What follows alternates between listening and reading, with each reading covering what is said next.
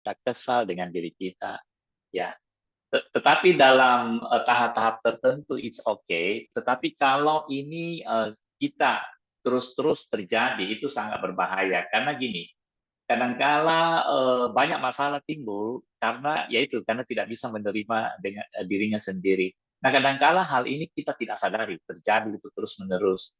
Nah, malam hari ini kita akan sama-sama mendiskusikannya supaya kita bisa lebih waspada, kita bisa lebih tahu gejala-gejalanya bagaimana, bagaimana kita jalan keluarnya semua. Jadi sebenarnya menerima diri sendiri itu sangat penting. Kadangkala tanpa kita sadari kita nggak bisa menerima diri sendiri karena ada sesuatu ya. Itu mungkin sih sebenarnya. Baik, Coach. Jadi sebenarnya apa, Coach, penyebabnya, Coach? Dalam hal apa aja sih kita nggak bisa terima diri kita, Coach? Dan apa sebabnya? Mengapa kita sulit atau tidak bisa menerima diri kita sendiri? Mungkin bisa dijelaskan ya, Coach? Ya, baik kita lihat dulu satu persatu ya. Jadi saya masuk dulu ke dalam kita punya ini. Baik, jadi tema kita malam hari ini seperti tadi dikatakan Sismelda adalah terimalah dirimu, accept yourself. Kenapa saya pakai tema ini? Tentu ada sebabnya. Nanti kita akan lihat satu persatu ya. Nah, saya akan bertanya dulu dan coba pikirkan ya, renungkan. Mengapa ada orang yang sulit menerima dirinya atau accept yourself? Ya, kadang-kala mungkin kita tidak sadar, kita mungkin pikir kita tidak ada masalah, tapi nanti kita akan lihat apakah kita punya masalah atau tidak ya. Nah, karena ini sangat berbahaya. Kalau kita sulit menerima diri kita sendiri itu kemudian meningkat sampai apa? Bahkan ada yang membenci dirinya sendiri. Nah, itu sudah terjadi karena saya ada selidiki beberapa masalah-masalah yang terjadi di dalam masyarakat itu ada yang sampai membenci dirinya sendiri. Bahkan lebih meningkat lagi apa? Sampai merusak hidupnya, dirinya dan tubuhnya. Nah, ini ada terjadi di mana-mana. Nanti kita akan lihat kasusnya ya. Nah, kemudian bukan sampai di sana aja, bahkan ada yang bunuh diri. Nah, ini yang sangat-sangat berbahaya. Nah, kenapa bisa hal-hal ini terjadi? Ternyata di Alkitab juga ada rekodnya. Jadi kalau kita kembali ke Alkitab, ternyata di Alkitab juga pernah mencatat ada kejadian yang mirip-mirip seperti ini. Ya, tapi itu terjadi dari ribuan tahun yang lalu ya. Nah, kita lihat ada satu peristiwa, mungkin Anda kalau saya perlihatkan ayatnya ini yang sering dengar khotbah, yang sering ke gereja pasti langsung tahu, oh ini ceritanya ini Pak ya. Jadi itu kejadian di satu raja-raja. Ya, nah sebelum saya bacakan ini saya kasih latar belakangnya sedikit ya. Ini kan mengenai Nabi Elia. Ya, jadi Nabi Elia waktu itu kita tahu ya waktu itu zamannya kerajaannya Ahab.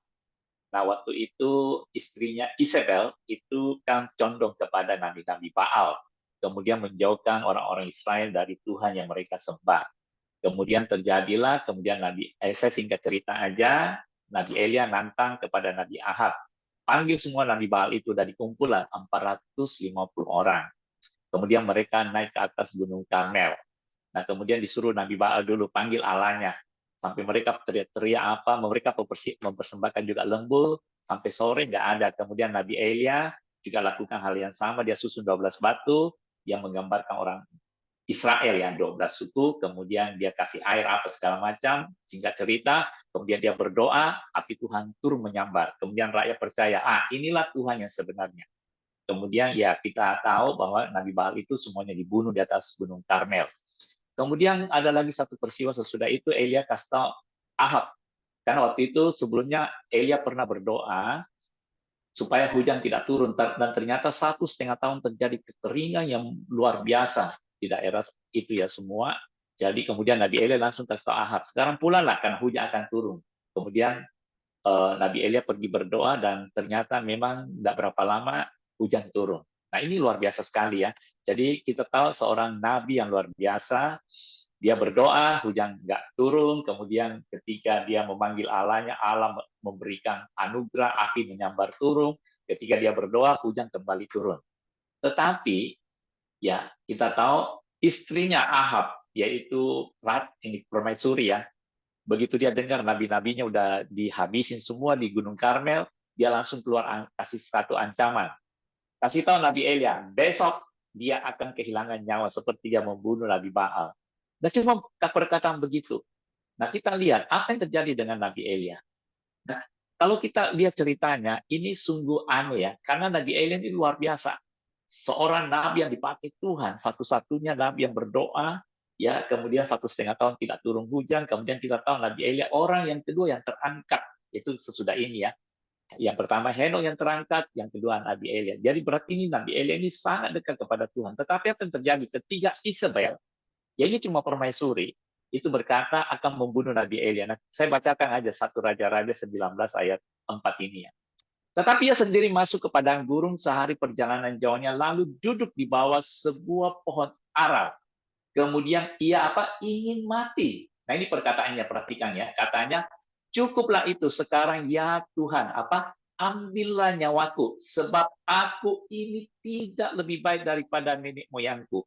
Ada perkataannya apa? Ambillah nyawaku, aku ini tidak lebih baik daripada nenek moyangku. Dia merasa dirinya itu tidak cukup baik. Dia tidak bisa menerima dirinya. Bahkan dia bilang, ambillah nyawaku. Padahal kita tahu Nabi Elia ini orang yang luar biasa. Seorang nabi yang dipakai Tuhan luar biasa. Dan baru ada kejadian begitu luar biasa. Ya, dia memberikan persembahan, Nabi Baal punya tidak diterima, dan dia punya diterima oleh Tuhan, luar biasa. Kemudian dia berdoa, hujan turun. Ya, luar biasa sekali. Tetapi ketika dia cuma mendengar perkataan, ya, cuma mendengar perkataan. Nah, saya pikir waktu itu, kalaupun Isabel mau lakukan apa, tidak mungkin. Karena raja udah begitu percaya kepada dia, rakyat semua juga memihak kepada dia. Sebenarnya Isabel tidak ada kekuatan apa-apa pun. Karena rakyat itu begitu yakin melihat Nabi Elia. Ya, karena kita lihat persembahannya itu, dia kasih air lagi, itu disambar turun, habis semua. Bahkan ketika dia berdoa, dia suruh apa ini kacunnya pergi lihat. Waktu itu 7 kali, sampai terakhir cuma apa segepal aja, seperti dia lihat apa ini awan itu seperti telapak tangan aja, dia udah langsung bilang sekarang hujan udah turun. Itu luar biasa sekali imannya.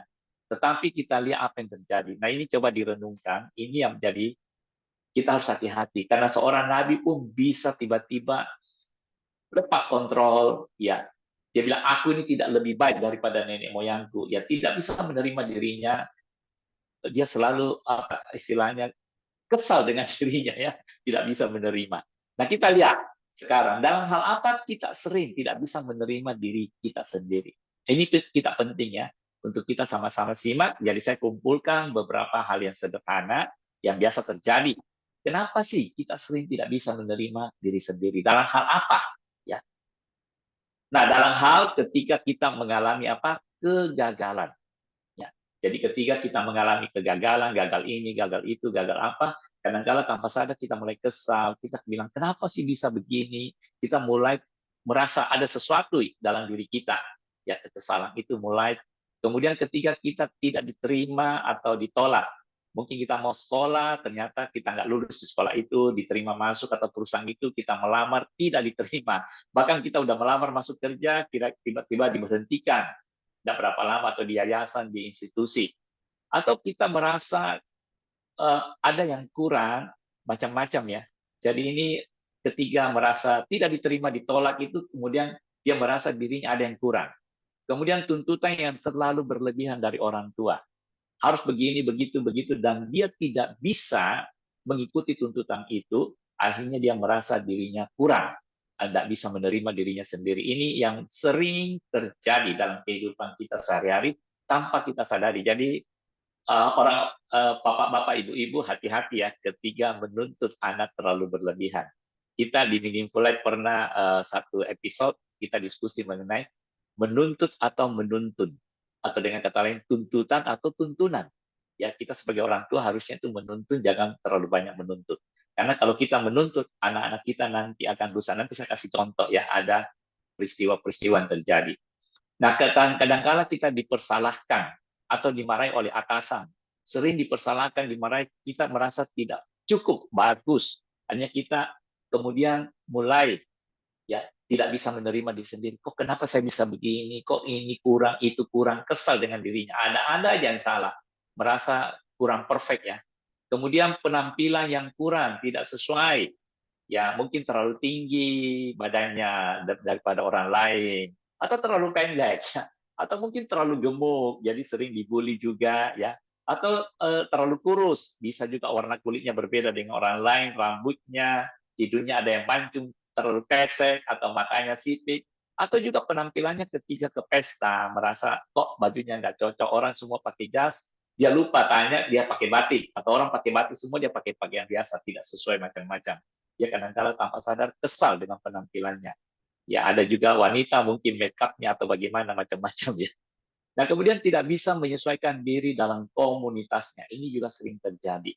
Karena dia merasa apa ya, sulit sekali menyesuaikan diri dalam komunitasnya karena mungkin dia merasa ya seperti tadi kurang, ada sesuatu yang kurang. Mereka ini komunitasnya rata-rata berpendidikan tinggi, dia merasa dia berpendidikan rendah. Oh, dalam komunitasnya ini rata-rata orang yang punya, dia merasa kurang punya. Oh, rata-rata yang dalam komunitas ini pengusaha sedangkan dia pegawai, macam-macam ya. Jadi kadang-kala dia merasa tidak bisa menyesuaikan diri dalam komunitas. Itu sebenarnya dia tidak bisa menerima dirinya sendiri ya. Ketika tidak dipuji, dihormati, dikagumi, dan diperhatikan, itu juga jadi masalah. Ya, karena orang itu rata-rata haus pujian, haus dihormati. Ketika dia tidak dapatkan ini, dia juga merasa dirinya itu ada yang kurang, tidak bisa menerima dirinya sendiri, karena tidak bisa diterima orang lain. Nah, sekarang kita lihat apa sih penyebabnya? Ya, kita langsung masuk. Ya, tadi Sis Melda juga tanyakan sebenarnya apa penyebabnya? Ya, kita tahu dalam hal apa kita tadi rata-rata sulit menerima diri kita sendiri. Nah, tentu ada penyebabnya. Kita lihat sekarang penyebabnya. Apa sih penyebabnya? Ini juga secara sederhana ya. Apa sih penyebabnya? Yang pertama, adanya perasaan rendah diri. Ada yang kurang. Ya, jadi merasa rendah diri, ada yang kurang yang tadi saya sudah bilang ya. Jadi ini penyebabnya terus dalam dirinya berkecamuk sesuatu. Perasaan-perasaannya, pikirannya selalu ada yang kurang, ini selalu macam-macam. Dan yang paling sering penyebabnya adalah karena sering dipermalukan dan diperbandingkan. Ini juga saya dapati banyak ketika konseling, karena dari kecil itu orang tuanya tanpa sadar, ya tadi selain menuntut, memperbandingkan. Itu loh lihat kakakmu, atau itu loh lihat adikmu, oh itu lihat sepupumu, itu lihat tetangga kita, kok gini-gini, kamu kok nggak bisa begini, kamu itu anak apa sih gini-gini-gini. Nah itu membuat ada sesuatu yang dia rasa kurang dalam dirinya. Ya, kemudian kalau ini tidak diobati, tidak diperbaiki, itu gampang sekali. Kemudian dia menyalahkan dirinya. Kenapa saya ada di begini begitu? Ya. Kemudian ini yang paling parah juga karena iri hati dan cemburu yang berlebihan.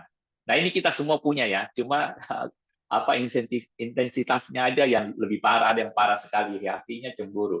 Tapi kita harus akui kita semua pasti ada, besar kecilnya ada, iri hati cemburu itu.